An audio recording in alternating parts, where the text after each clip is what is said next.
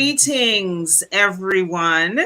Happy Sunday, and welcome back to the Always a Queen, the Metamorphosis platform for another Sunday afternoon podcast. Thank you so much for being here. If you are watching us live right now, thank you. We appreciate you so much for your continued support of this platform, which wouldn't be here if it wasn't for the followers. So thank you so much. And if you are not watching this live and you're watching this recording at some point in the future, well, thank you too, because you also are supporting the Always the Queen, the Metamorphosis platform. Thank you very much for being here. My name is Therese Millett Joseph, and I am the founder of this platform, which I created some years ago because I am passionate about empowering women and teaching them how to live empowered, elevated, healthy, functional lives. And so, if this is the kind of content that you're into, you're in the right place. And I would encourage you to like and follow and subscribe to all of the Always the Queen, the Metamorphosis platforms. We are on Facebook, YouTube, Instagram, Twitter, and TikTok. So basically, we're everywhere. So you can follow us for motivational content and videos like this one. All right, so let's get into today's conversation. Today's topic is caregiver burnout.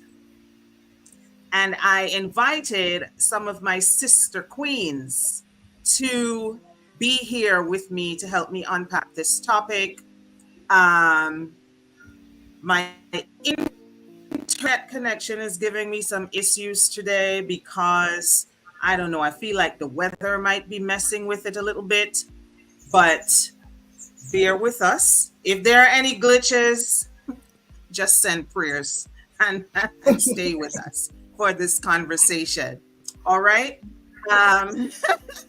Yes. So I'm going to give my panelists an opportunity to introduce themselves to you. And then we're going to jump into today's conversation. We're going to talk about caregiver burnout.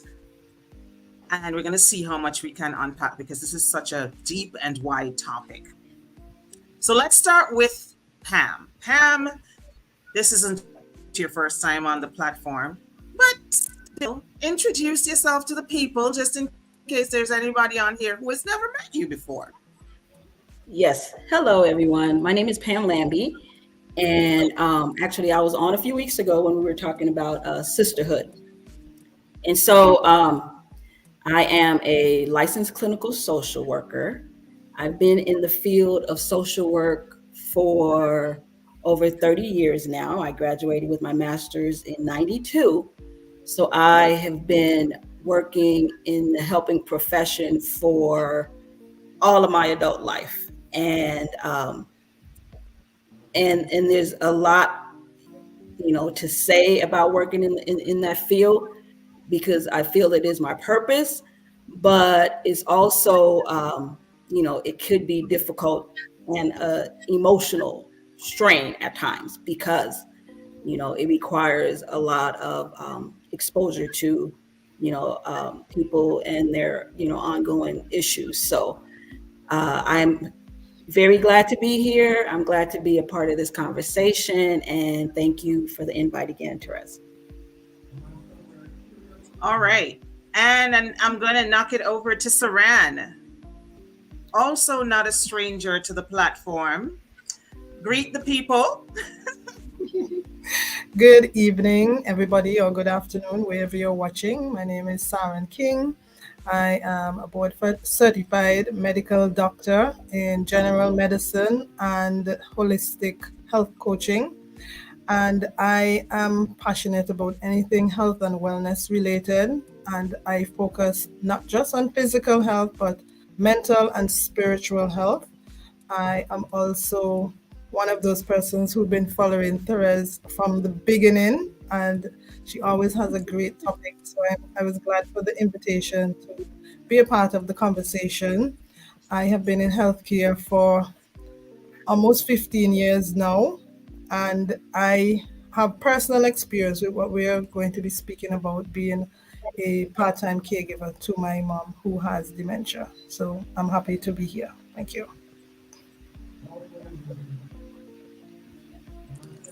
All right. And last but not least, by any stretch of the imagination, my dear friend Allison. Good evening, everyone. Good afternoon, or even good morning, wherever you're listening, or whenever you're listening to this podcast. I'm Alison Bramble, currently living in Antigua and Barbuda. I'm a qualified teacher of English, and I am now a radio host who, within my capacity as a radio host, feel it's important to advocate mental health challenges and issues for all ages, all genders, and to be as inclusive with that as possible. I'm also something personal to me as well, this topic. And I, again, with a lot of topics, feel that this is probably one that's not discussed as much as it possibly should be. I am thanking you, Therese, for allowing me to be on this platform, inviting me to this discussion, and hope that not only can we be of a help to others going through similar or same, or the potential of going through this kind of situation, but also for those who are here today may get some help as well. Welcome. Thank you. All right. Thank you. Thank you, Queens, for agreeing to be here. Let me take a moment to greet the Queens who are listening and watching us live right now, because we have people who are sending us greetings in the chat section. I see Monique. I see Jill. I see Sherry. Thank you all for being here. I appreciate every last one of you. And if you know anyone who needs to hear this conversation, anybody who you think could really benefit from this, share this live with them so that they can watch or listen along with you. All right, so let's talk about it. Let's start off with the question that I am sure a lot of people are probably asking: who qualifies as a caregiver? I imagine this is the question that many people come up with, because when they hear about caregiver burnout, depending on who you are, what context you happen to be in, what your specific situation and circumstances are, you might conceptualize caregiver very differently from another person, right? So I want us to first answer that question. Who is a caregiver? Who does this topic apply to? I know the answer to that, but I want the rest of you to share what your position is on that. Well, how would you define, or how would you answer that question? Who is a caregiver? So I'll go. Can we start with Pam? Yes. So I think it's anyone who is in a position of caring for another individual. I think that's a part of it. So if you're taking care of a loved one who is sick or unable to care for themselves, I think that person would be considered a caregiver. In addition to that, I think anyone who's in a helping profession, where they are, it's necessary for them to assist someone, or it's necessary for them to be able to experience kind of vicariously what someone else is going through. I think that qualifies as a caregiver as well. So, I would say myself, you, Therese, a nurse, a doctor, EMT, child welfare workers, police officers, anyone who deals with individuals who deal with some type of trauma exposure, or abuse, neglect, any of those kind of things.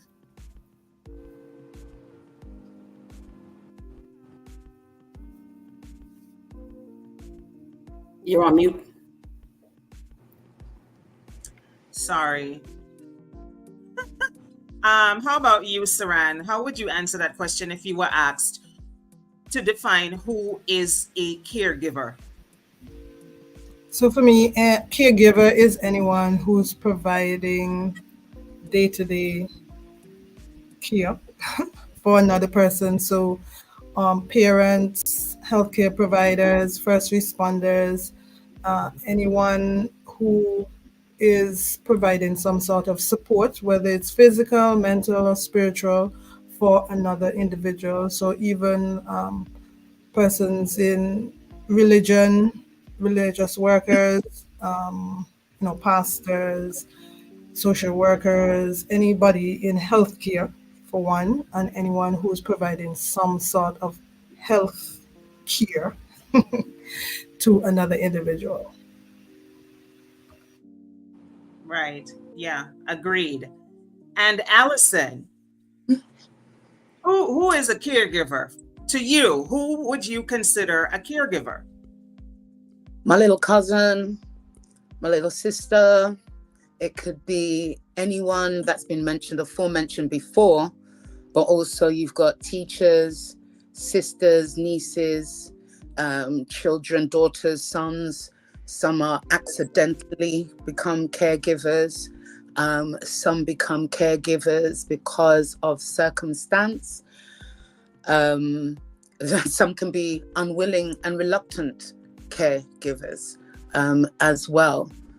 You've got those that, as I said, are in a situation, and I said all the aforementioned, both professionally, unprofessionally, those that are called out to give care. And again, as I said, there are some unknown caregivers who are underage, and maybe also in themselves in need of care.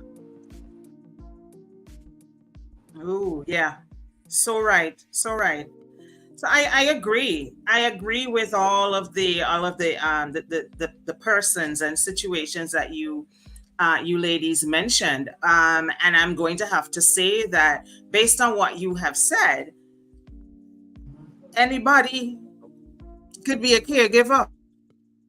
Pretty much anybody, right? So the point we're trying to make here by starting the discussion this way is that if you are thinking that this is a conversation that only applies to certain people,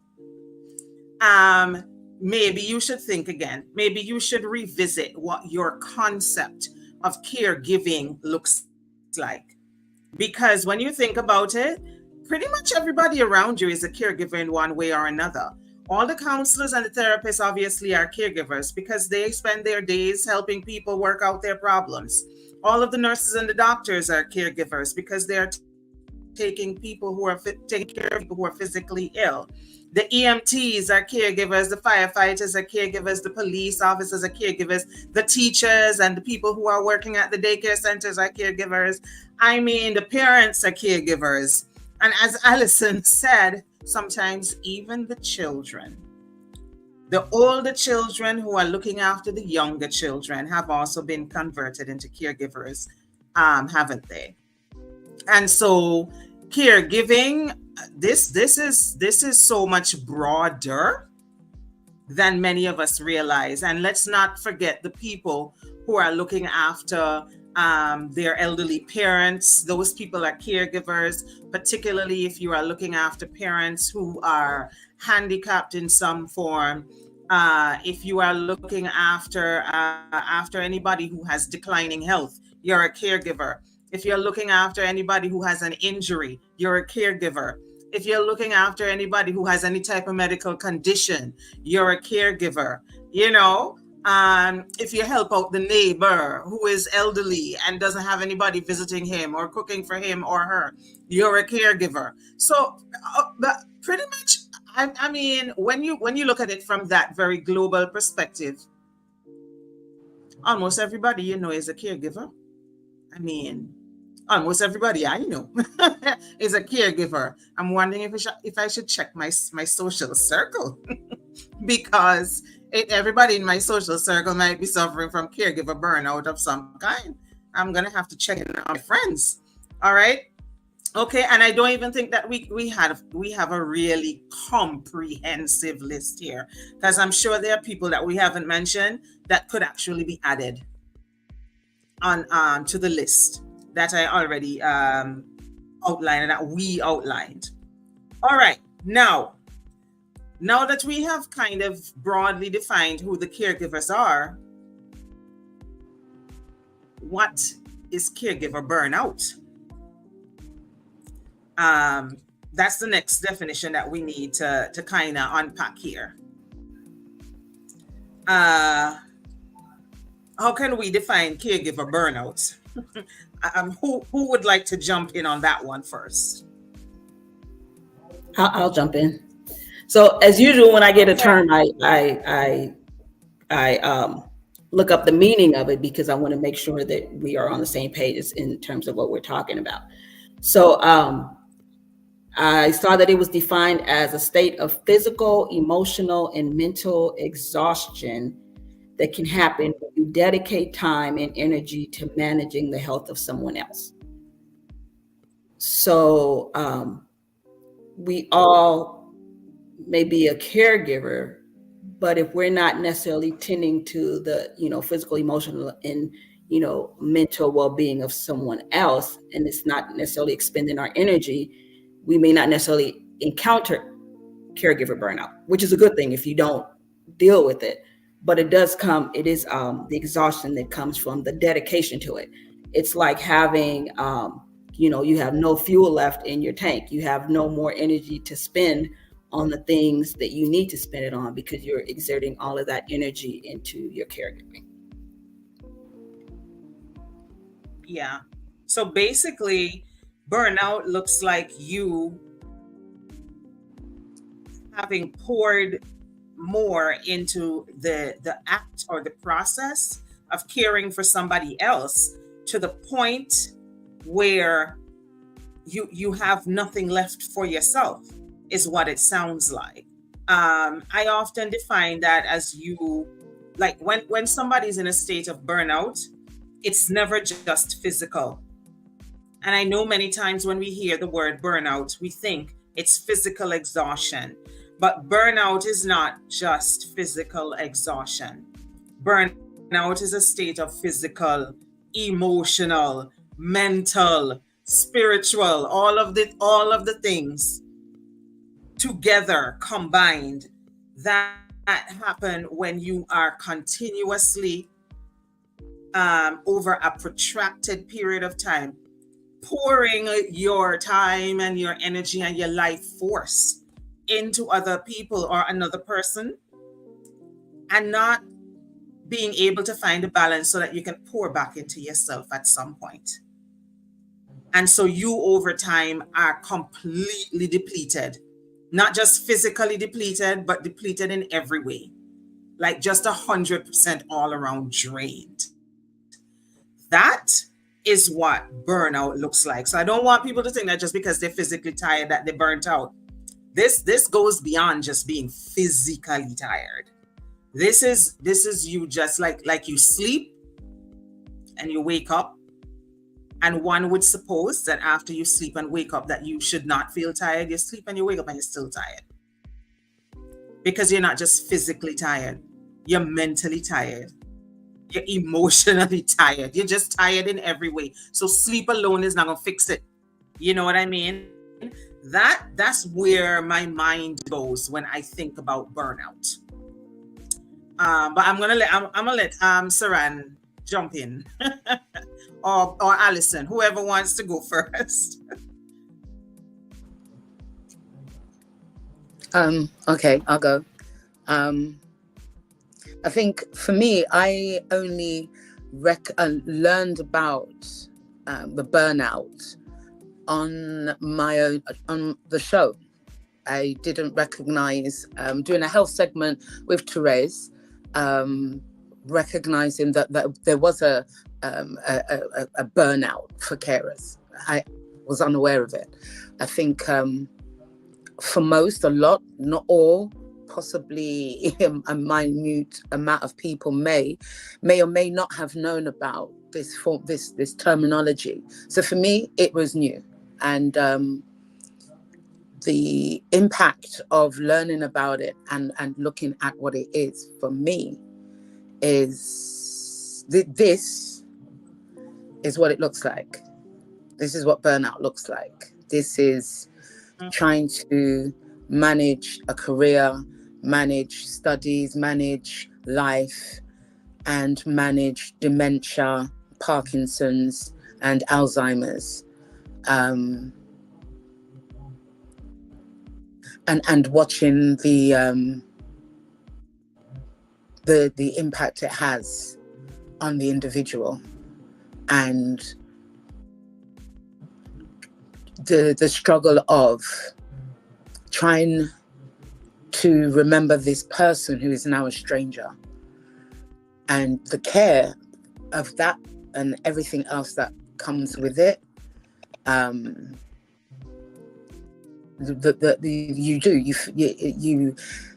I've forgotten about sleep. I have forgotten about focus. I have forgotten about a plan. I have forgotten about myself. I have forgotten about friends. I have forgotten about. I feel when you're on a burnout, you are on automatic, and you feel guilty trying to focus on anything that's outside of that. And you, depending on the illness, depending on the care that you have to give, and I'm full-time, part-time. So I am full-time with a little bit of help, which allows me to live or have a resemblance of some kind of existence. But you find yourself, it's not just a burnout, it's an isolation, it's a cutoff, it's learning phrases and being apologetic and not wanting to draw anybody else into your quagmire.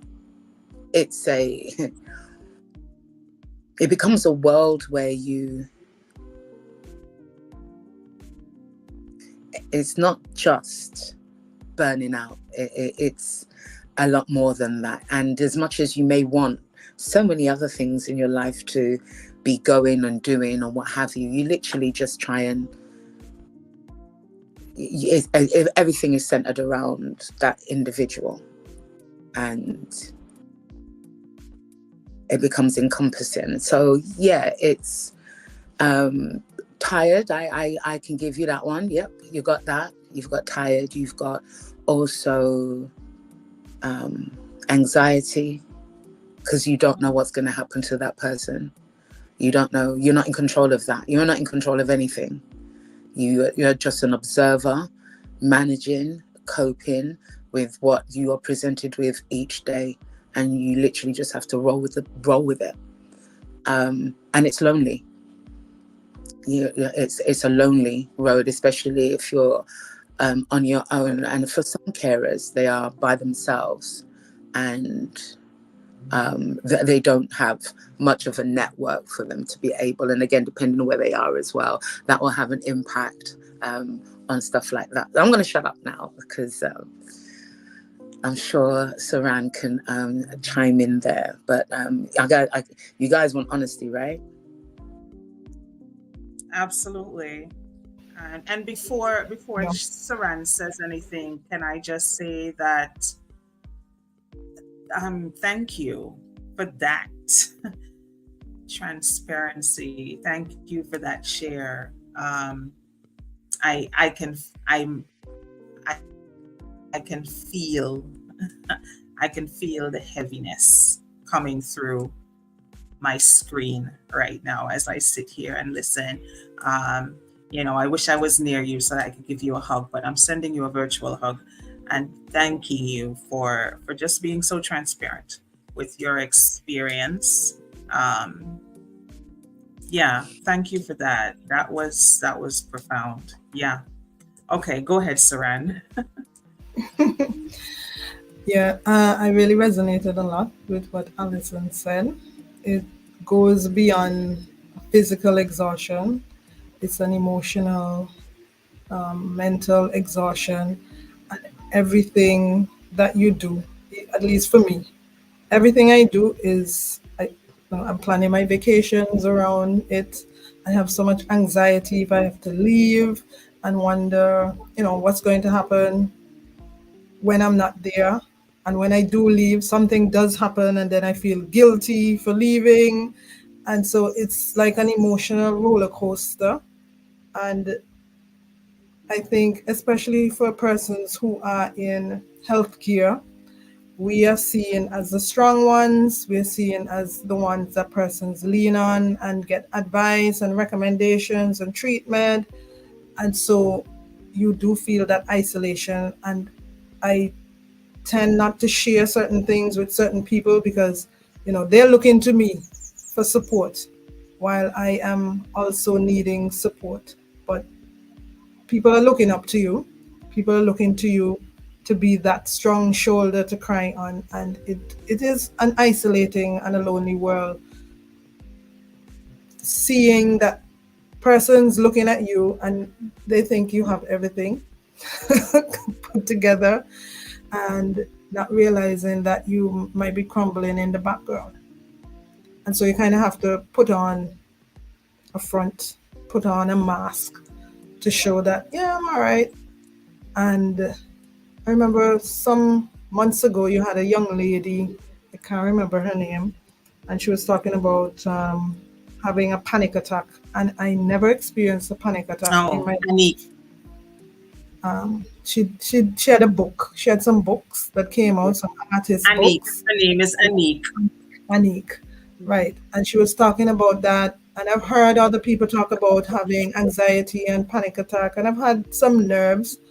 But a few weeks ago, I woke out of my sleep in a panic attack for the first time in my life. And my chest, I was clutching my chest. And I'm like, I'm not asthmatic. I'm not known to have anxiety. And I was gasping for breath. And I was like, what the hell is this? Thinking about mommy and thinking about some things that had happened and kind of escalating in my mind things that could have happened. And I was like, this is what a panic attack is. And I've never experienced it before. And I was like, this is wild, you know? And I had to share it with somebody else, and they're like, yeah, it's weighing on your mind more than you realize, like subconsciously, because as Alison said, you're just on autopilot. You're on autopilot and you know what you have to do, and you kind of like go through the motions kind of in a daze because you get things done. The bills are paid, the children are well fed, they're taken to school, you do everything you're supposed to do, and emotionally, you're on like rocky ground. So for me, burnout is more an emotional roller coaster. And yes, there's physical exhaustion. And I, I like to tell people I've done 24-hour calls in the hospital, and I never felt exhaustion as much as when I became a parent. you know, it's a different type of exhaustion when you're working and you're dealing with patients. You kind of have a disconnect with certain things, but then when you're dealing with your own family members, it's a different type of exhaustion that you deal with. And then when you compound a health issue, it's like 10 times worse. Yeah. Thank you also for being so transparent in your share. I'm sure all of the persons who are listening, wherever they are watching and listening right now, I'm sure because we have people watching us across all of the platforms, Instagram, YouTube, and Facebook, oh, and Twitter as well. I forgot that one. I'm sure you already realize that both Saran and Alison are not just here in a professional capacity. They are here also because in the background, in their own personal lives, they are caregivers to family members. I don't know how much they want to disclose, so I will let them decide how much and how they want to share. But this is their literal personal journey that you're hearing here firsthand today. And I think it's really important to point out that because caregiver burnout is not just physical, it is more emotional than anything else, actually. And because it is a type of burnout that is emotional and not physical, it usually shows up with a lot of mood disturbance, right? And when I say mood disturbance, I'm talking the anxiety, the depression, the panic attacks, and anxiety attacks. All of those things would fall under the category of mood disturbance. Basically, what I'm saying is, because it is a burnout that is emotional, you cannot show up as an emotionally healthy person as you normally would, because emotionally your life has been disrupted. Basically, it's like a continuous emotional disruption that is happening every day of your life, and you're kind of just pushing through it and getting on with it because you have to take care of your family member, and you also have to take care of your children, and you have to do your job, and you have to maybe be a partner as well, or a wife or a sister. You have to continue to do all the things while ignoring the fact that you are completely emotionally depleted. There is no way that that cannot result in anxiety and depression and panic and all of the other things that would go with that. There's just no way. You cannot escape. That has to be the inevitable result, And I love the point that Saran made about the fact that caregivers who also happen to be viewed as the strong person in their family or the strong person in their friend group are most vulnerable, because nobody's going to be checking on you if they think you're the strong person. You are not the person that people check on. You are the person that people expect will check on them. So nobody's calling you to ask you if you are all right, because you are the strong one. And when the strong one also coincidentally happens to be the caregiver, I mean, that's a recipe for disaster, because these are the people who are going to then be most isolated and just kind of left out there swinging in the wind to fend for themselves and figure it out. How can they not become anxious? How can they not be depressed? How can they not be having panic attacks or nightmares because Saran says she woke up out of her sleep? That's like that was more than just a panic attack. That was what? Panic attack slash nightmare. I don't even know what to call. I don't know what to call that. Because as you said that's wild. That is exactly what I would say to that. That's absolutely wild. So that's an indication of where you are. I hope you ladies are taking care of yourselves. I'm going to get off the mic and give Pam a chance to jump in and say something. Pam has been quiet and just soaking it all in. Yeah, I have a sister, actually. I was telling you guys, who is a caregiver for our mom, and my mom has physical limitations. So I don't know if it's I feel like, from what I'm hearing though, that some of the signs of burnout are the same, whether you're dealing with someone that has a disability. I don't want to call it disability, but maybe have Alzheimer's, dementia, versus someone who has mobility issues. But I see that she deals with some of the, the anxiety and feeling like if she's not the one if she doesn't get it done, it's not going to get done. So, some of the isolation, the things you've mentioned, it's all, encompassing, because it takes up so much of her time and her day. And my mom is totally with it, but, physically, she needs to have my sister there. So I'm not experiencing that myself, but I do see where my sister has some of the same things that you guys have described, and not knowing your full situations, but there's 7 of us. So my mom has 7 daughters, and several of them live in Belize. My sister Agatha just posted something, but several of them live in Belize, and my mom has grandkids there as well. So for my sister, she has the support. Like I'm saying, I'm not really sure what your situations are, but she has the support to help her with my mom. But I think there's a part of her that feels like, if it's going to be done completely right, she's the one that's going to have to do it, which takes, a lot of sacrifice on her part. So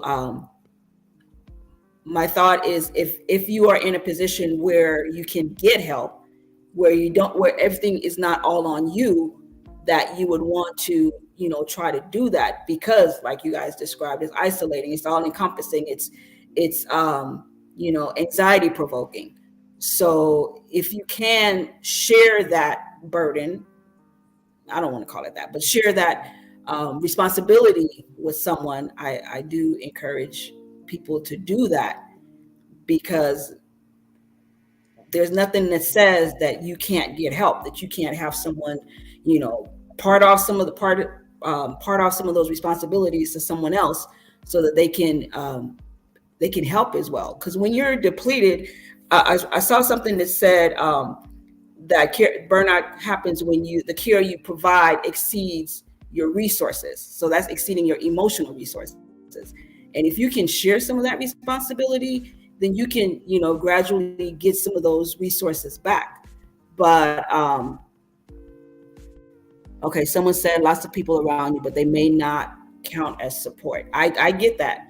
I'm saying if the people are around you and in a position to help, and they are desiring to help, they want to be a part of it, but you may not want them to, because you feel like you are the only one that can do it and take care of your loved one the best possible way. So hopefully for some of you, you do have that support, and they are more than willing to, assist you with your loved one who needs that type of help. All right, thank you for that. I've been, just highlighting some of the comments. We have a lot of comments in the chat section. The chat section is popping off. I'm not going to be able to highlight every single comment.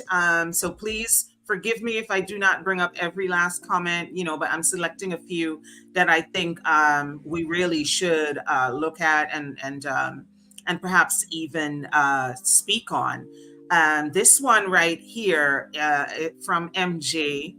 MJ says, being a parent is being a full caregiver, but having a child with a disability, whether mental or physical, burns you out big time too. And I know MJ personally, by the way, and I know that this is literally her situation.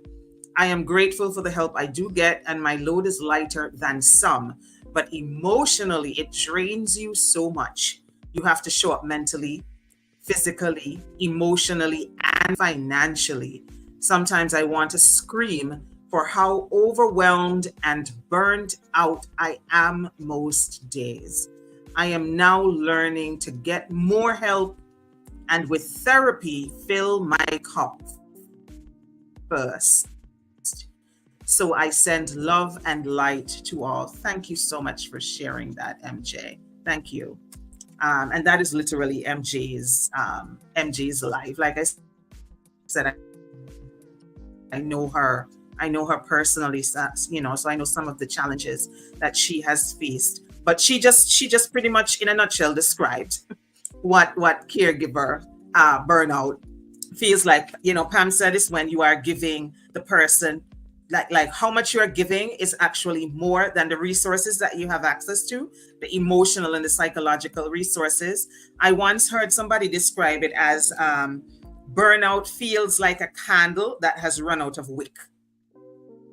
And when I heard that, I was like, yes, I love that. That is it. When the candle runs out of wick, what does the fire have to hang on to?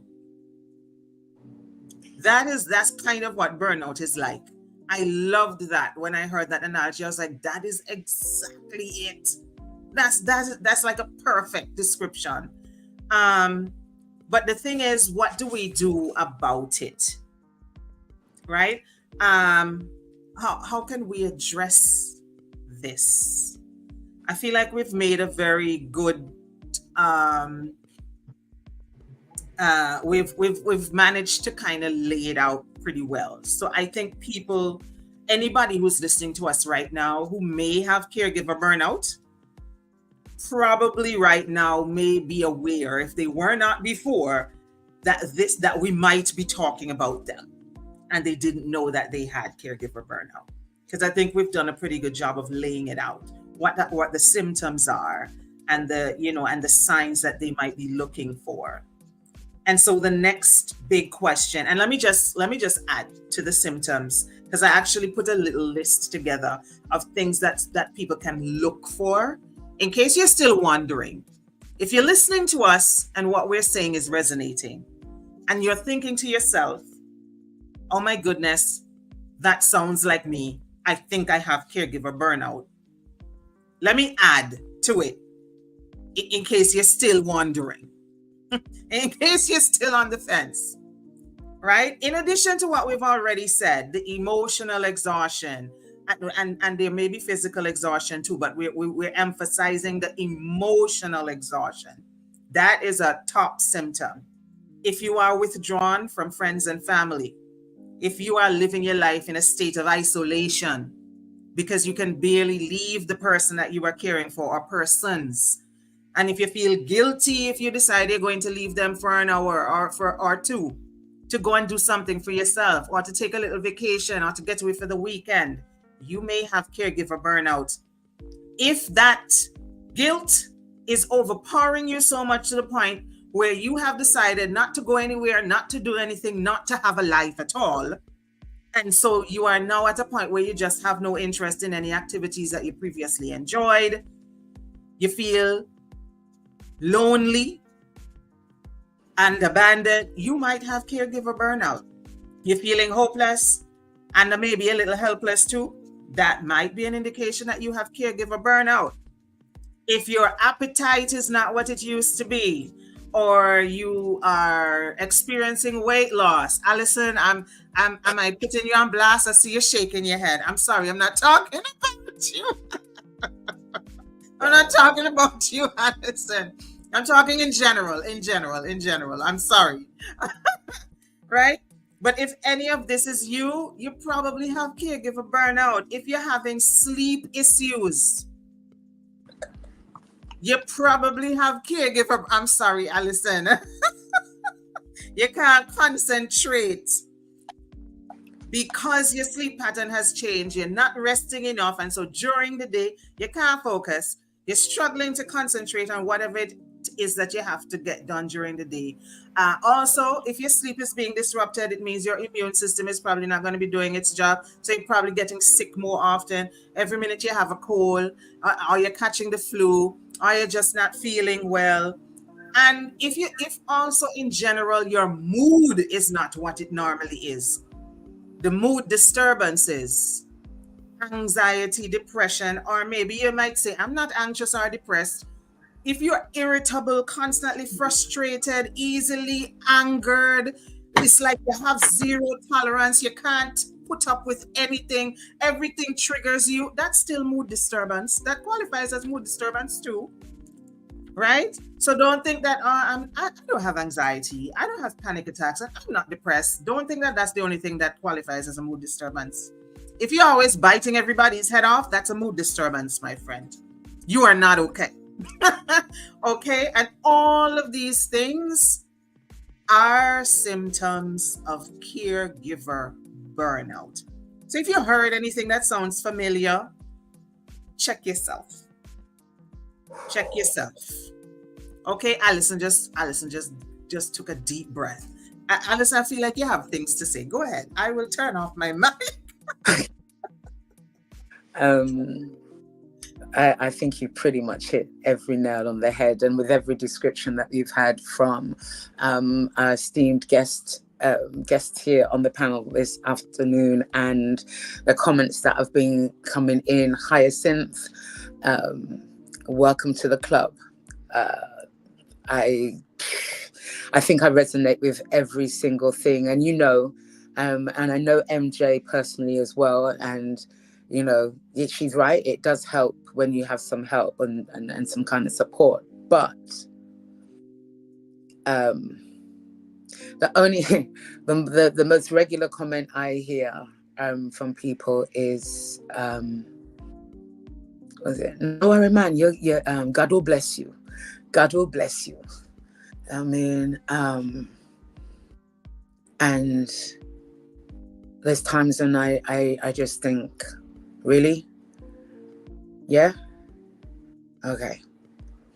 The anxiety, I can resonate with that. That is a daily thing. I get anxious when I wake up in the morning and the house is quiet.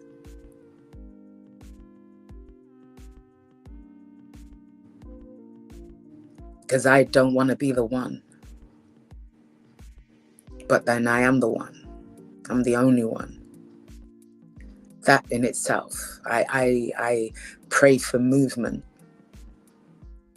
so that I can hear. Because I don't want to be the one.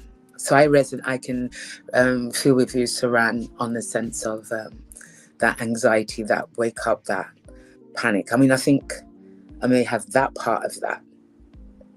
The wake up and panic under control, but that wake up and get up and realize it's quiet, that's a heavy one. But I have to be normal, or as normal as I possibly can, because I have a job that means that I have to present myself as happy and engaged and functioning, focused, on the ball, know how to respond and put out so that everybody else can get on with their day. Make sure they know what's in the news, make sure they know what is current, make sure they know where to go to get help or support, make sure I interview the right people so that the information can be sent to everyone, and make sure that everybody's okay. You can't be seen as weak or in want or in need or not happy or in control or independent or guided. You can't tell someone that the reason why you study so hard is that you don't want to get Alzheimer's. You don't want to end up with dementia. You want to keep your brain going so that nobody has to do for you what you are having to do for someone else. You can't articulate that. You don't have relationships. Well, not that you don't. If you have one and it happens, then it's cool. But if you don't and you can't, then you tend to isolate yourself. You cut yourself off from pretty much everything outside of what you need. Yeah, the things you need. You do what you need to do. To reach out for support. I can't even see. Is it Pamela? Yes. Yeah. You say to, and I'm happy that your mum's has siblings, daughters, and your sister has siblings, because I was waiting to hear who does she have and who is there, because I was going, sister, you need to get on a plane. You need to get on a plane. You need to get down there and be her support. But she's got it, and she's blessed. She's blessed, but it's not the same for everyone. And I don't know about you, Saran, or even any of our listening audience, but it's not the same for everyone. Sometimes you're by yourself.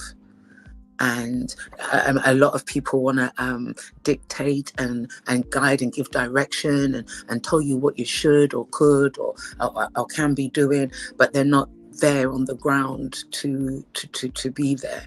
And when they come, they're on a vacation, which means to sit and you get a little break. That's when I get a break. When there's only one person that will come, but when that person comes, then I get a form of relief. But it's not always relief, because it's always like a bit of a tension, but we won't go into that. But I'd love a holiday. I'd love to have a break. Can you see the smile on my face? Because those are some things that I look forward to thinking about for the future or what have you. Do you know what I mean? And I think sometimes there are some things that some people take for granted. And sometimes I think people think you're lying. And that you're hiding behind excuses. You're making excuses, and it's not because you're making excuses. You just don't want to have to tell them what's going on. You just kind of keep that to yourself. So the burnout part, I totally get. And Doc, I am trying. I am. We try with what resources we have. And again, as I said at the top earlier when we started, it really does depend on where you are and what resources are available. And again, as MJ said, you've got to be there on so many levels. And then she mentions financially. And again, that is a forgotten thing for some, because they forget that the person, regardless of what they may send or whoever they may send it to or whatever, but you as a carer, sometimes you're forgotten. You are not even access to requirements, but you're just forgotten. The expectation that you're there, that you become invisible, and that sometimes is a thing that's hard to be able to cope with. I'm hoping that when even today we'll move on and we'll talk about things to do. The fear, there's fear. I think we've missed that one out. Fear. The fear of being in that same position. I don't know about you, Saran, but, the fear of being in that position, being a nuisance, a problem, an issue to somebody else later on down the line. This, because this is it's part of my rocky road, Doc. This is a part of that rocky road. Again, people do forget you might be of a certain age and you might have things happening to you, that you also have to have come in on top of you as well. You put that usually goes to one side. You just put that to one side and kind of keep on doing and hope for the best. Yes, it's good to have hobbies and activities out there, but what you find is that most of mine are around the person I care for. So my animals are right there.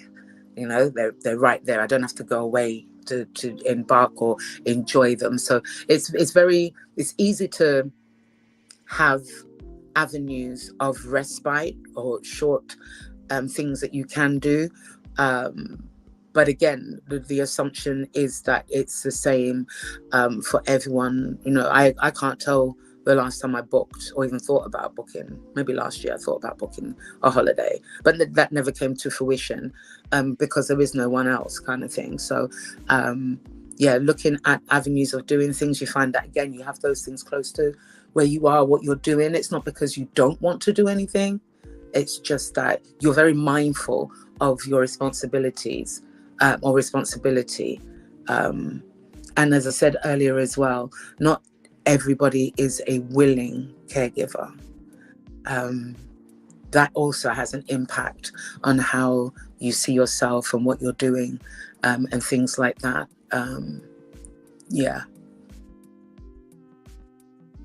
Okay. Anybody else want to add to that?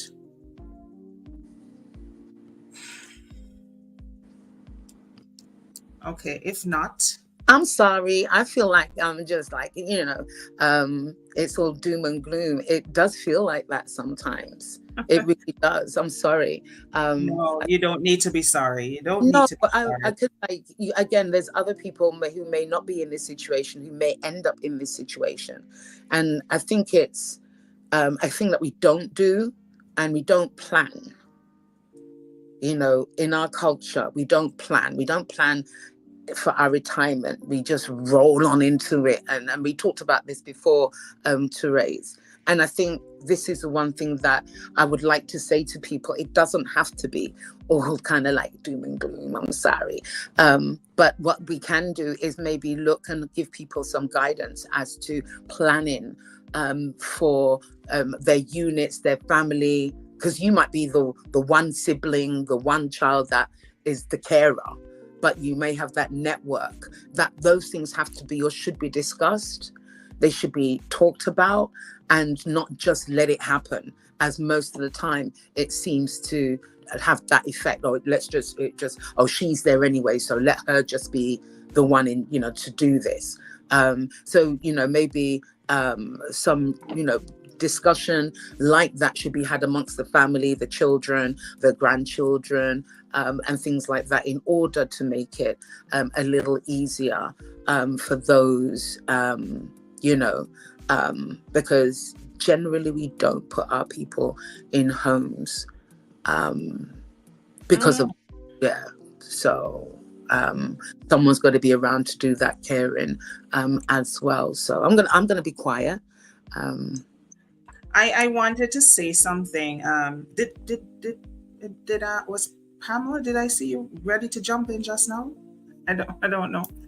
No, I wanted to just let her know that I was saying that for the people who do have support, because sometimes, you have support, but you don't want to rely on that support, and you take on, all of that emotional strain on, and it's not good for you, and it's really not good for the person you're caring for. So it was just in those circumstances where you do have support, and you for whatever reason have not leaned into that support to help you with your situation. But I completely get what you're saying, and I don't think you're bringing everyone down. I think what you're doing is just shedding light on what the situation could look like. And I love what you said about the planning, because the ability to plan and put some things in place beforehand, that is so instrumental to being able to handle this situation in a better way. So, I mean, if you see signs that something is going to need to take place, putting resources or plans in place, I think is important to be able to help you kind of maneuver through this whole entire thing. So I think that was a great point on your part. I loved that as well. I wanted to highlight this comment from Aisha. She said, my grandmother needed constant care in her last decade, and my mother and her sisters took much of that on. My mother lived in the house with my grandmother. Since Granny's passing, Mommy has said repeatedly, please put me in a home so you don't have to go through it. Any thoughts on that?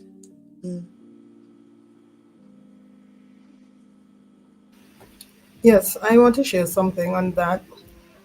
And as I said earlier, my mom has dementia, and I recruited somebody a year and a half ago because I took on most of the responsibility, because there were only two of us, because I was still living in the house.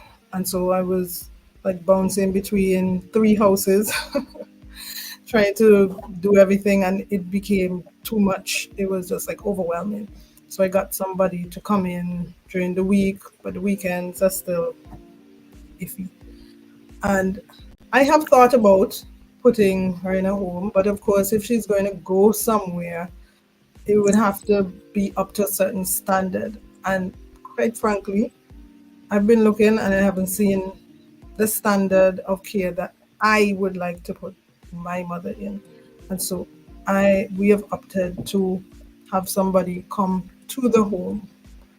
And yes, there's still a lot of burden that's put on the family. I do have family support. Alison was asking about that, but still, the emotional part you have to deal with yourself, really. And there, I do have a lot of fear around the same thing happening to me. So I have already put things in place for my boys because I don't want them to have to take on that kind of responsibility. And my anxiety, Alison mentioned about her anxiety being around the stillness, and my own is with the phone. Like if a particular person calls me, I would go into a panic. Like, oh my God, what happened now? And I traveled a couple times this year, and I had so much anxiety just leaving Antigua. And I didn't go for that long. It was like 6 days. And the neighbor called me when I was away and I wasn't there. And I was like, oh my God, I should not have left. And, I realized that I'm planning everything around mommy. But in the same breath, I feel like she would have done the same thing for anybody else. So I want to do whatever it is that I need to do. But still, it's emotionally draining. Financially, it hits the pocket. But, she has become like a stranger to me now because she doesn't, yes, she calls my name or whatever, but it's not the same. If I feel like the parents that parented me as a child, they're not the same parents now. So I feel almost estranged from them, both of them. Uh, and it's more than just emotional. There have been illegal repercussions as well, financial repercussions. And sometimes I just want to cry. Sometimes I do cry because I can't control everything that happens. I can't control anything. Let's just can't even control my own emotions sometimes because sometimes I just get overwhelmed just thinking about what if, taking that vacation and then something happens, or going somewhere and something happens. I should have been there and I should have done this. So there's just a lot of anxiety around being there physically because I am the one that is mostly there physically.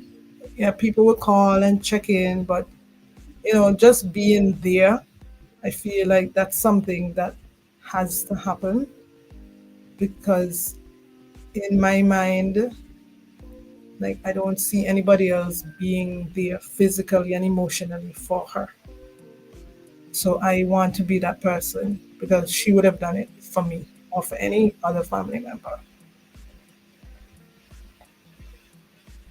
I think that you both highlighted something, particularly the last thing that Saran just said. You highlighted something that is definitely one of the top causes of caregiver burnout, and that is, that feeling that you have, that belief that if it's not you doing it, it won't be well done, that nobody can look after her the way you can. Nobody will meet her needs, not just her physical needs, but her emotional needs the way I would. So I have to be there. I cannot delegate this responsibility to another person. It's that it's that it's that belief that caregivers with burnout often have. They believe that their specific involvement will have some effect, some positive effect on the person's health or their happiness. and that person has to remain within their care, not somebody else's care. It has to be in my care specifically, you know. And that perception is one of the things that often lands us in caregiver burnout, because we don't want to leave that person or persons with another, no matter how challenging it is, and no matter how exhausted and emotionally drained we are. We think that we must do it ourselves. You know, I wonder where that perception comes from. I feel like that is a whole other conversation for another show that we could have, because I feel like that perception is probably rooted in, one, the fact that most caregivers are women.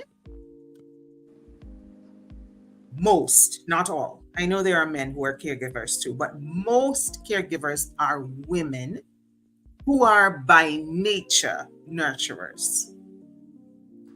And two, most of us, because we are women, were socially and culturally programmed to be the one who shows up, to be the one who provides the emotional nurture, to be the one who takes care of the weaker person, to be the one who looks after the sick, to be the one who steps into the functional roles like the cleaning and the cooking and the bathing and the clothing.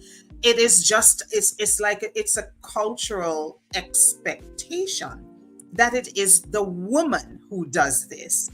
And I wonder how much this influences the high numbers of women who end up with caregiver burnout as compared to men.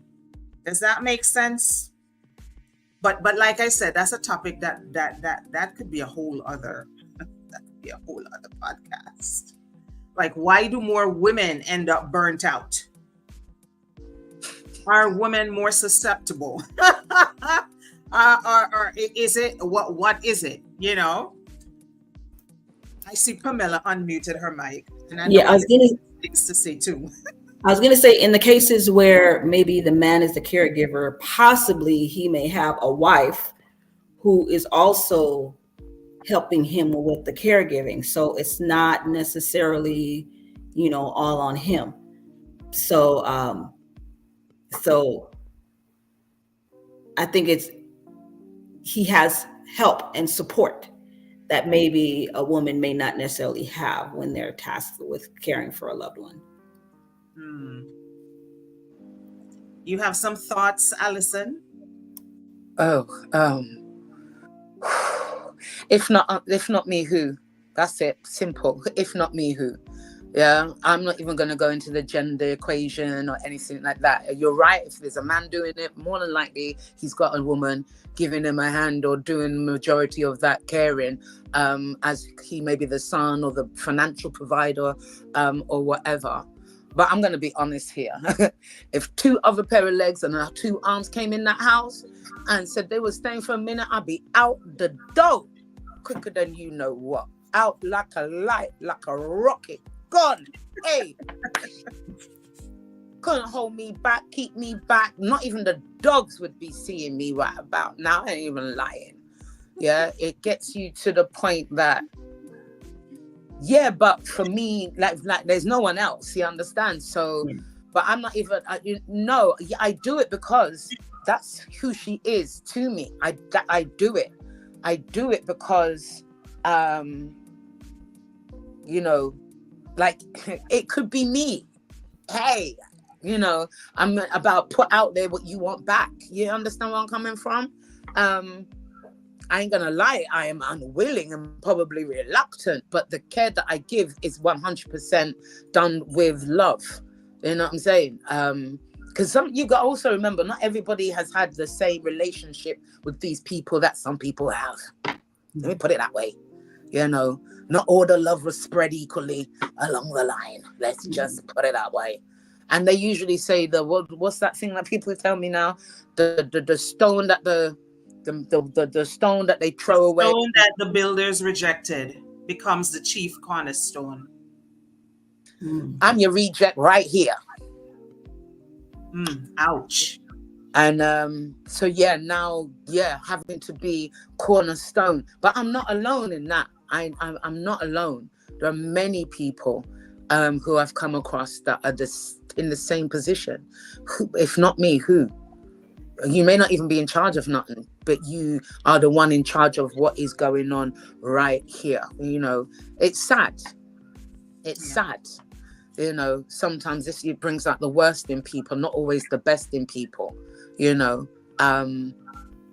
And the person's not gone yet. You know, as you say, that they're still on that journey. You still have to have that dignity and care. I give thanks that there is still some form of mobility, but the mind is gone. You understand? The mind is gone. So I never know who I'm going to encounter, in what decade they may well be in, or what time of day they think it is, or even what day they think it is. You know, having to convince someone that they were ready for bed like 5 minutes ago, but now they're fully dressed and they can't tell you why. And now you've got to try and, you know, make them understand that, no, you need to go back and, you know, and do this and what have you. Anybody come through that door with a suitcase, I'm going to be missing. You're going to have to put an MIA out for me. You know, don't tell me when you're leaving, because I may not be back in time. I hear you, Allison. I hear you. Just saying, you're right. You know, there needs to, because listen, I can't talk for Saran. I can't talk for anybody, but it's not just the care, the emotional care of the person, it's that physical, it's the bathroom and the being, you know, not their normal self. As I said, watching all of that, the understanding, the position, depending on the position that you are as the carer, and the closer you are, you know, in sense of relationship, has the ability to have more of that mental and emotional impact on you. But don't get me wrong, you know, when I talk to our carer as well, she burnt out too. You understand? My queen, you know, that looks after my mum Monday to Friday in the day, because I'm there in the evening and in the mornings and what have you know, she burnt out too. You know, and I have to recognize that in her, you know, before myself. You know, look, go to the doctor, take the time off, you know, you know, it's okay, I got you. You know what I mean? I've got you. I will be, you understand? And some, you become so down on the list.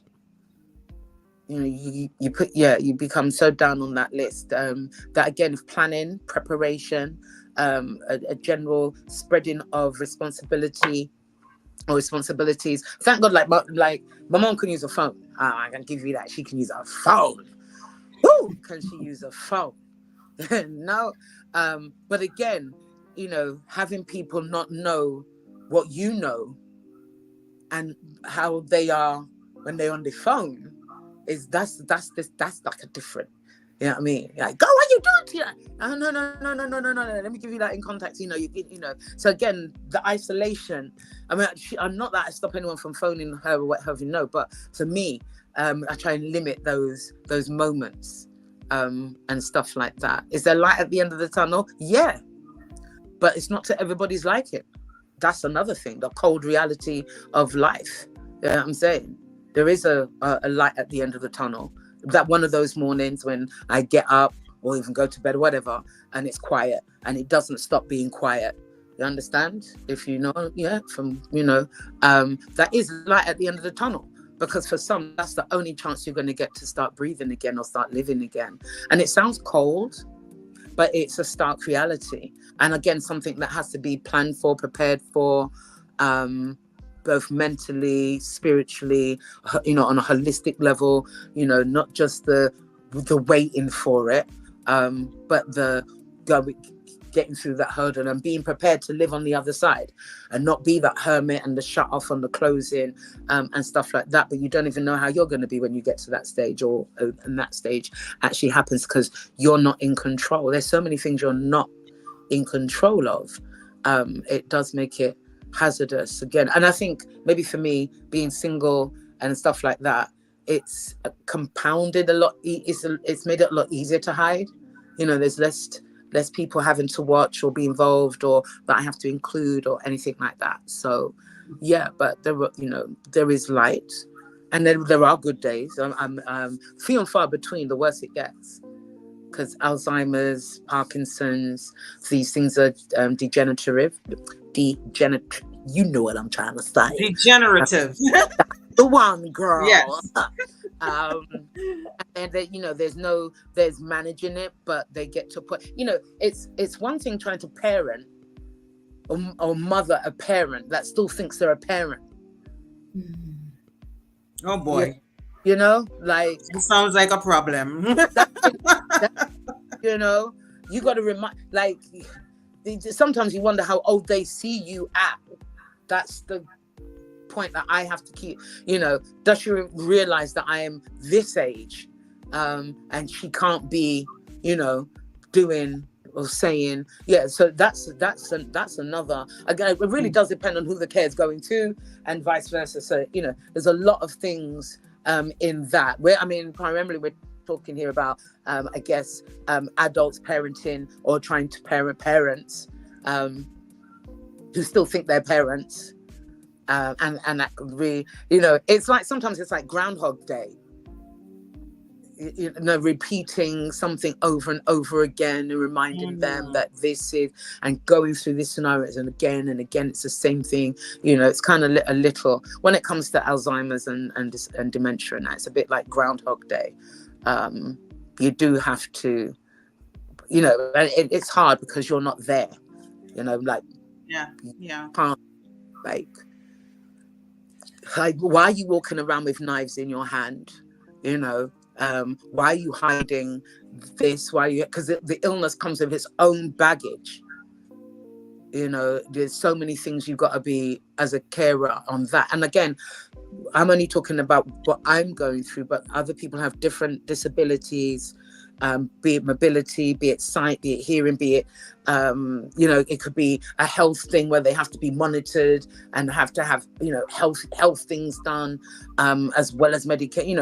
There's such a spectrum of things that you need to do and watch out for. You become a semi-doctor, I guess, on this, because you learn about the diseases and what they entail and what you have to watch out for and where they are in the spectrum of things. It's not easy.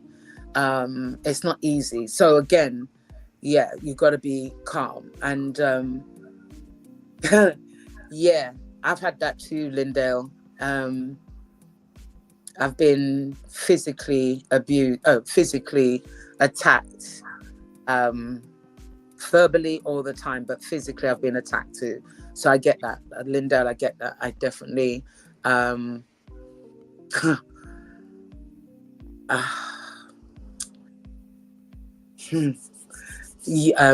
is on point. I mean, again, these are things you don't want to tell people. You don't want people to know, how harrowing it can be. And I've had things thrown at me.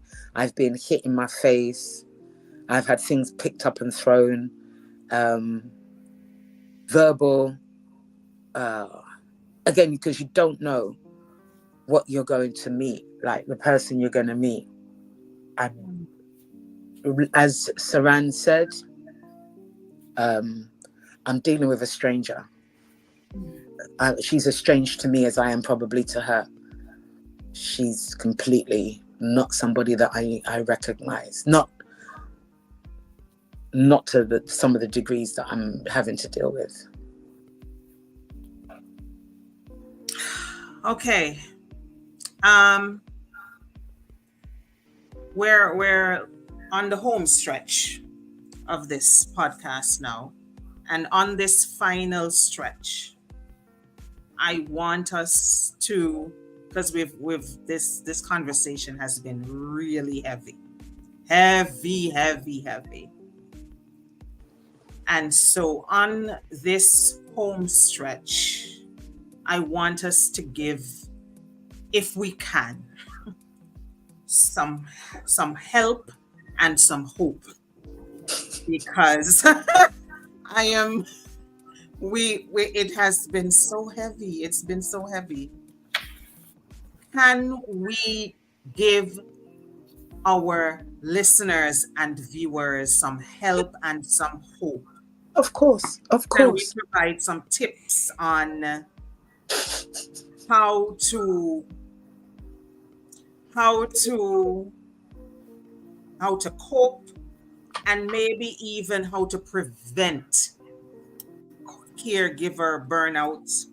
If you're not there, can you prevent it? And if you are there, what can you do about it? I'll let Pamela jump in first because I see she was ready. Oh, no, actually, I was just messing with my button. But Okay, okay. but all of the things that I had was based on my, I guess, ignorance, thinking that most people have some level of support in their caregiving. So it's really hard, once you hear that someone has little to no support, and then and they know what their situation is like, and they're dealing with some stuff. Actually, Allison, you had mentioned some things when I was thinking of caregiver burnout that I had not even, really even, considered, in terms of, you don't know who you're going to, be dealing with that particular day. It's your mom, yes, but what is your mom going to be presenting with? I had not thought about that. So the things that I had were things that, if someone had some level of support, they would be able to maybe, look into respite care, or, find a way to remain connected with their loved ones that they have in their life. So conscientiously making an intentional decision not to isolate, if at all possible. I do have some, they may not be practical, but things like you're going to deal with negative emotions, given the situation, just forgiving yourself for having those emotions, and just a realization that caregiving in the capacity that you've described it takes a toll. So even just knowing that, and not being so hard on yourself. But they just seem, those things that I'm saying just really seem so minute and minor compared to the big scope of what you have already described. So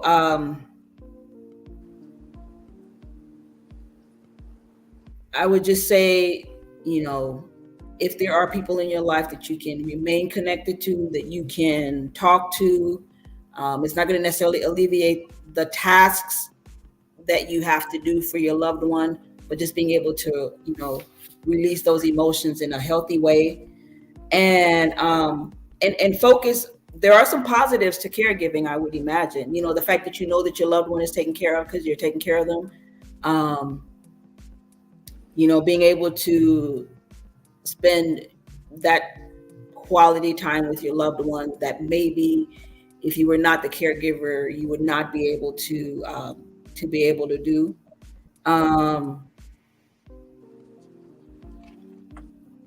And just being that person for your loved one, like one of you said, because you know that they would have done it for you if they were put in that position. So it's just kind of some mindset kind of things, not necessarily practical things, but just ways of thinking where you can maybe kind of reframe the situation in a way where it's more acceptable, more easier to deal with the situation. Okay. Saran, do you have any hope and help to share? Well, at the top of my list would be to get the support, but in the same breath, if I look at my personal experience, I tried to do, because I mentioned that there were some legal things that were part of the health issues as well. And I did seek out that support that sunk a very deep hole in my pocket. As I got legal support, I even got law enforcement involved, and I didn't get any justice from the support that I sought out. The After spending all the money, the time, the energy, the emotion, and nothing changed. It was just money that was taken out of your pocket, and there was nothing. There were things that were put on paper, but nothing in reality changed. It was just on paper. And just this week, I was telling somebody that I feel hopeless in that aspect, because I'm doing everything that I think that I can possibly do, emotionally, physically, financially, getting going the legal route. And I said to somebody, this is why people would just shoot up other people, and stab people, because and this is why I would never get a gun, because I would definitely use it. Because I have snapped a couple times, and if I did have a weapon in my presence, I would have been sitting from jail, and this live, I would have been in jail doing this live. Just to be very, very frank, because there was no justice. There was zero justice, and I just wanted to scream butt naked so that somebody can see me and take notice, because I am doing everything that they say, oh, do this, go through the legal route, get the lawyer, go to the police, fill out the paperwork. I did all of that. I have a 2-year trail of all of this, and the only thing I have to show is the receipts for all the money that I spent, because nothing changed. And so I feel hopeless in that respect. So the hope that I could probably give is that I still have to live my life. And so, I'm big on working on your health. And so being physically active is one of those things that I do to keep myself sane.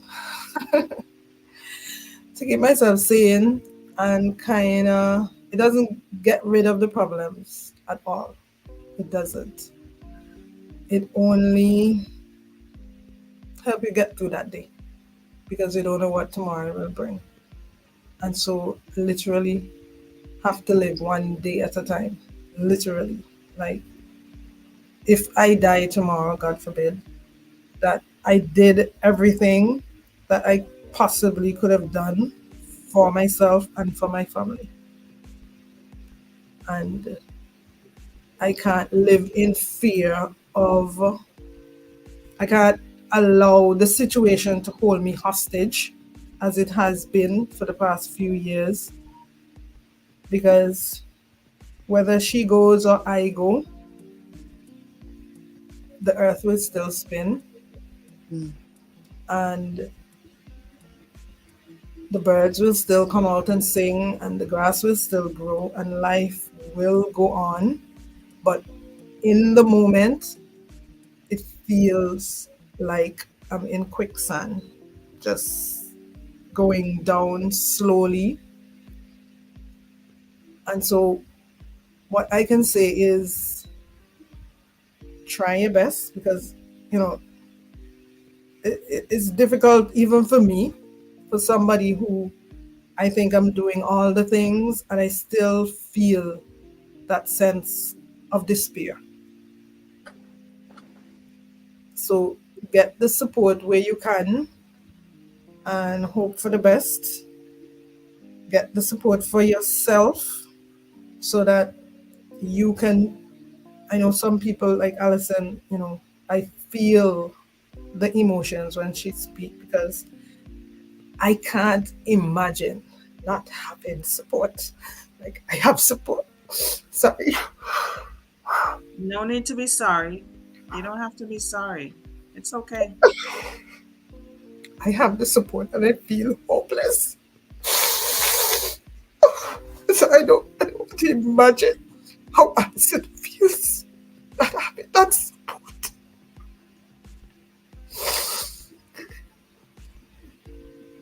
It has to be so difficult because I have the support around me and I still feel like I'm drowning. So I hope she gets some help. Okay, cool. It's So okay. So that she doesn't feel that way all the time. Okay. Yeah. Sorry. Okay. Don't say, if you say sorry again, stop saying sorry. It's okay. This is the space to decompress and let that emotion out. And I see Agatha in the chat section. I just highlighted her comment. Is sending prayers, which I think is not a moment too soon. We need those right now. I also want to say that my heart really goes out to Lindale Daniel, who shared earlier. I'm gonna pull that comment up again, that she's a survivor of 2 heart attacks and a stroke, and is also a caregiver for someone else. This is heavy. I am sending love and light and prayers to every last one of you. I don't know Lindale. Lindale is watching us on YouTube. It looks like she's watching us, she or he, I'm not even sure, watching us on YouTube. Lindale, wherever you are, please receive our love and our hugs from over here. Okay. Oh my.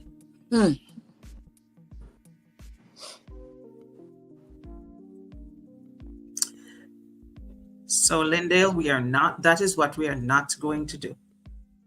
Okay? We're definitely not going to throw ourselves onto any type of truck. I'm going to add a couple of items that I wrote down that I think might offer some help and some hope. And I am going to suggest that we do a part 2 to this. Pam and I are part of the Mental Health Advocates, Dan Grigger, and the next podcast is supposed to be with them. Do I have that right? On the 21st? I believe so. I believe the next podcast is supposed to be Mental Health Advocates, Dan Grigger. Perhaps we can do a part 2 and talk about caregiver burnout and continue this discussion. And maybe, I don't know if Saran and Alison would want to join us for a part 2.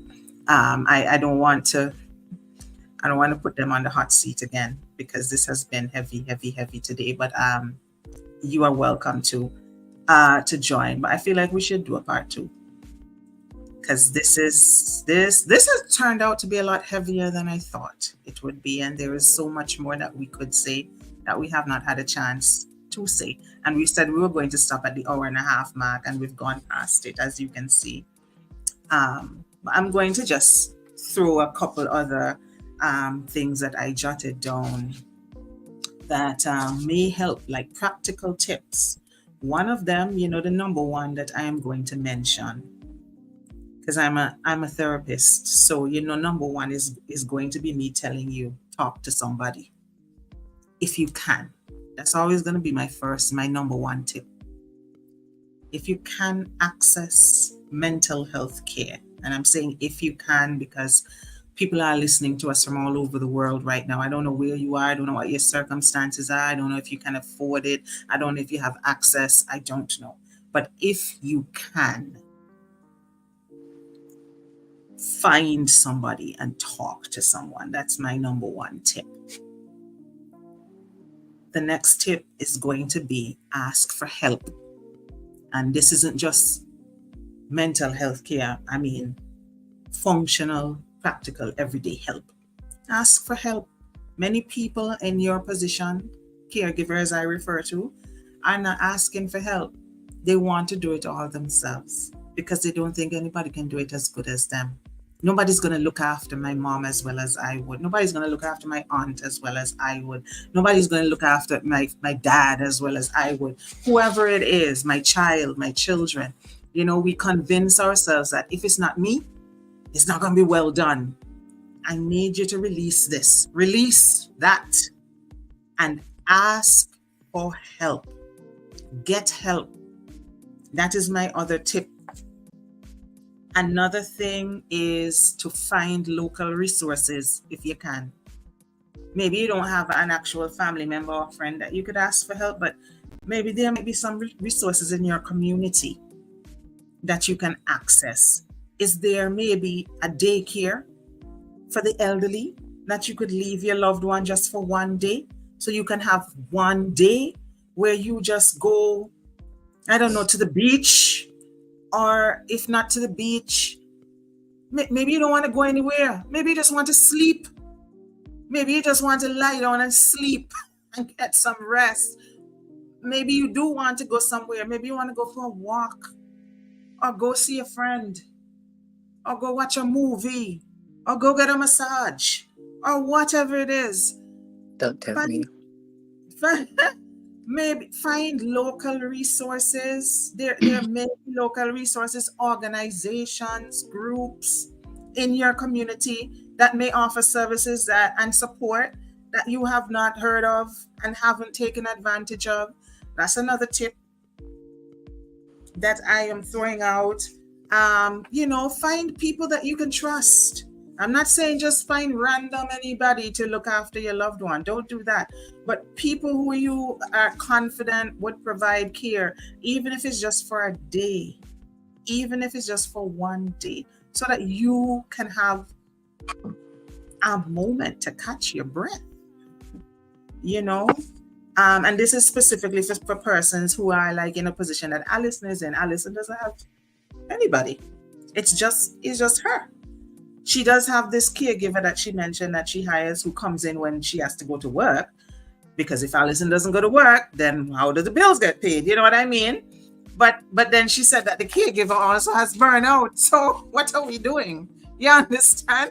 We have, so maybe we need to tap into some community resources that we haven't thought of. Another tip that I want to throw out is eat well. Try and nourish your body. Eat well and stay hydrated. And it might seem like a simple thing, but sometimes that might be the only act of self-care that you have time to incorporate. You can't go get a massage and do these types of things maybe because you just can't get away. The one thing you can absolutely do for yourself, even if you can't leave the house, eat well. Eat balanced meals. Hydrate your body. Drink lots of water. Take care of your body. If that's the only thing you can do for yourself, do that. If nothing else. These are the tips that I want to share. I don't know if anybody else has any more that they want to throw in, but I just made an executive decision that there's going to be a part two. I don't know. I hope nobody in the mental health advocate Danbriga group is going to attack me after this. I just made an executive decision on our behalf that we're going to come back for a part two as a group, mental health advocates Danbriga, in 2 weeks.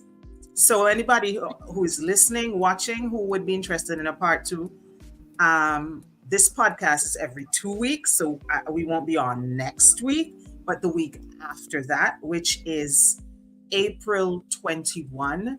And I am going to commit now to doing a part two on this because I feel like people need it.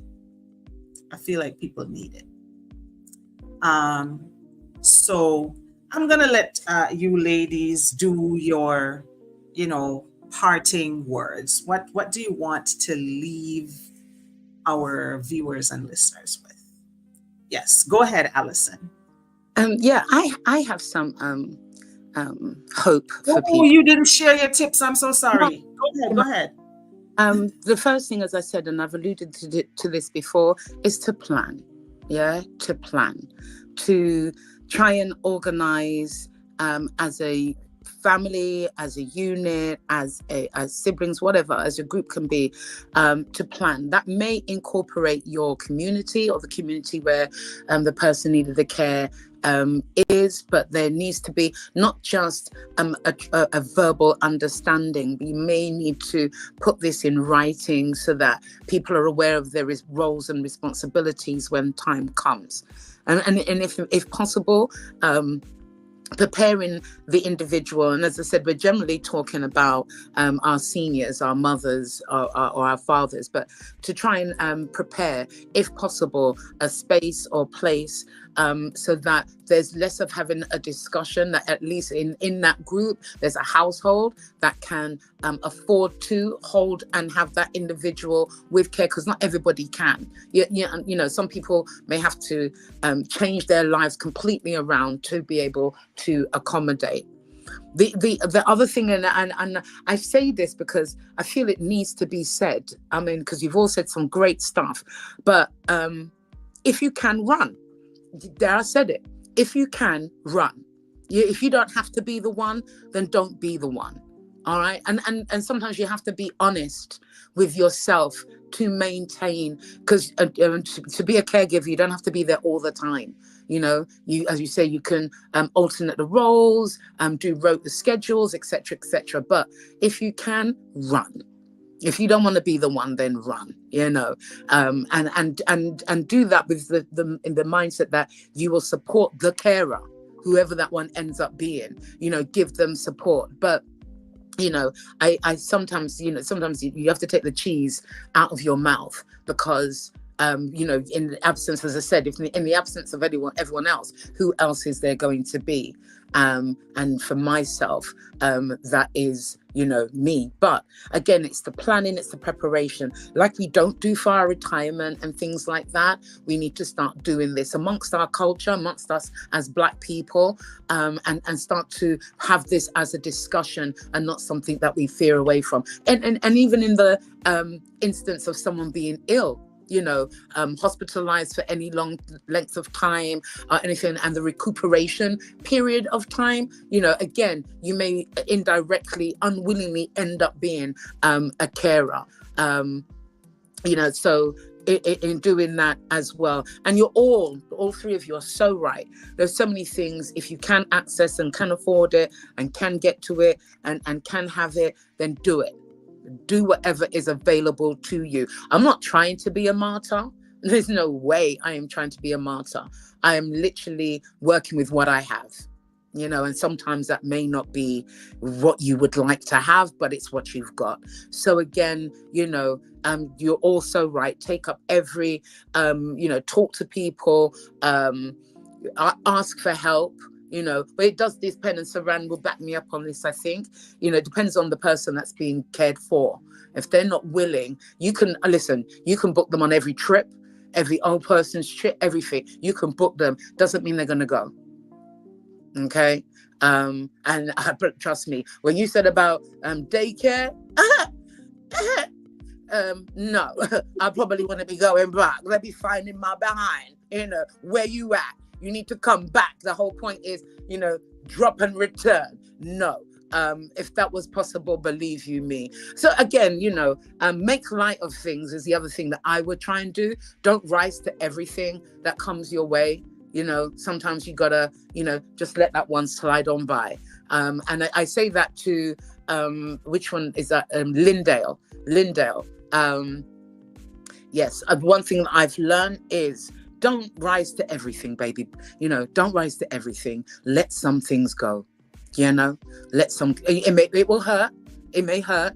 It may, have you feeling all kinds of types of way from hearing things that are being said to you about you, comments that are being said. I said there's a physical and let it go.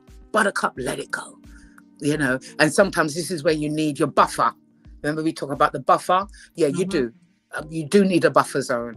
And I'm not going to take away from anybody anything that they may feel that they need to use to be in their buffer zone, but do it moderately, do it balanced. Don't overdo when you end up becoming an issue for yourself. Try to do everything in a form of balance. So, I'm going to say it. Some of you might like the Mary Jane. Somebody might like something else. Somebody might want, a little tipple of wine, as you say, eat well, do something well, but do it balanced, do it balanced. You understand? You got to have balance in all of this. And there is hope. There is hope. There really is hope. There is. As I said, we may not like it, but there is hope. Okay. Just keep on going, my darling. Saran, it's been a pleasure meeting you, talking to you. And sweetheart, listen, you know what? God only gives his soldiers what he believes they can manage. Okay. We may not agree with it. No. We may not agree. I feel like I should be in administration in this army, on admin, not necessarily on the front line, but we go with what we have. And you do, sometimes you have to put a little humor in there, have a little humor. And laugh at some things. You understand? Laugh at some of the things. Can't laugh at everything, but definitely need to laugh at some things. There is hope. I've got a lot to work on. I tell you what, because I've allowed this thing to overtake me, and it's been years. So I really do need to, kind of refocus and hone in on some of the things that are being said in the part 2. Lindale, you welcome part 2. Can you handle a part 2? Is what are you ready? We shall see. Part 2. We shall see. But I do thank you guys for your wisdom and your understanding. And I'm sure there's things that a lot of people have heard before. And we'll hear again. Not that it's overbearing or boring, but the fact sometimes we need that reminder, that gentle pinch in the back of the neck, that little, kick in the butt. We do need it. So thank you all, Saran and Pamela. Thank you so much. And of course you, Doc. All right. Any parting words, Saran? Yeah, I do have a few things. I totally agree with Alison with putting things in place. Everybody should have, at minimum, a life insurance policy. Or if you can, because I don't have it, if you can have health insurance, that would be great.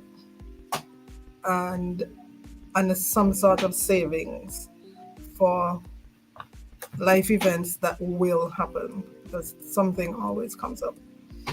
Also have support for yourself apart from whatever is going on. I don't have a lot of friends, but I have really good friends and really good support family-wise. And so you do need to have that, somebody that you can vent with, that you can cry with, that you can get support, that you know that you are not alone in it. And the other thing I was going to say is to, as much as we may be living our lives around the situation, we do need to have our own life that's separate and apart. And one of the things that I think that I will always, for as long as I'm physically and mentally able to, is, work on my health, eating the right things, listening to my body when I realize I might be getting overwhelmed or I'm not hydrated or I'm not moving my body as much, moving your body, eating foods that your body needs, and taking a time to step away, like, social media, from people.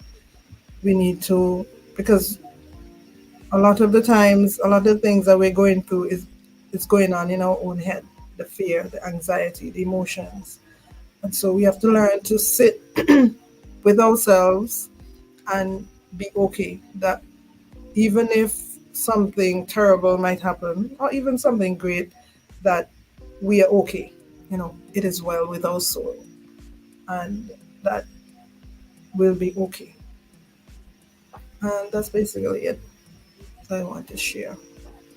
And there is hope. It's not all doom and gloom, but this is the reality. Yes, yes, I yes. know it sounds hopeless, and there are times you feel hopeless, like myself, but there are happy moments, and you hold on to that as long as you can, because something else will come after that.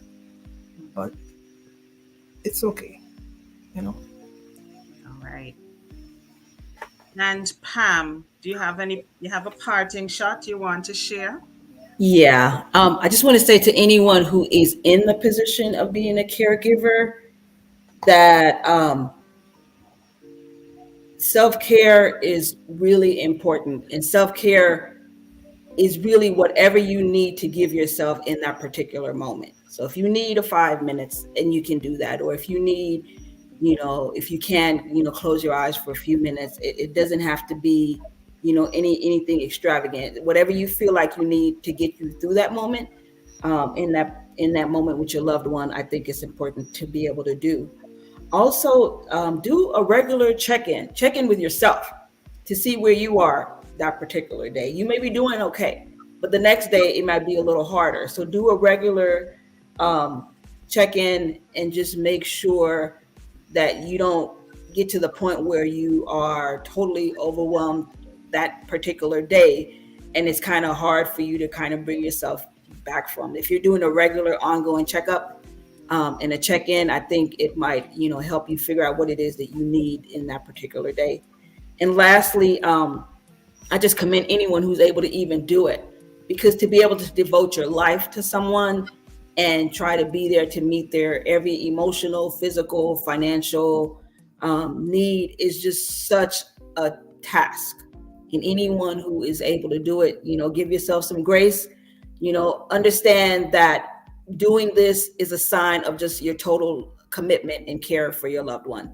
Um, Burnout is a sign that you are totally committed and caring of your loved one. And it's not a sign of weakness. It's not a sign that you're not able to handle things. Just look at it in terms of, I'm handling this the best way that I can. And if I didn't care, there would probably not be any kind of reason to be experiencing burnout. So, I commend everyone who is in this position, um, doing this, because I don't think that everyone can. So give yourself some grace, mercy.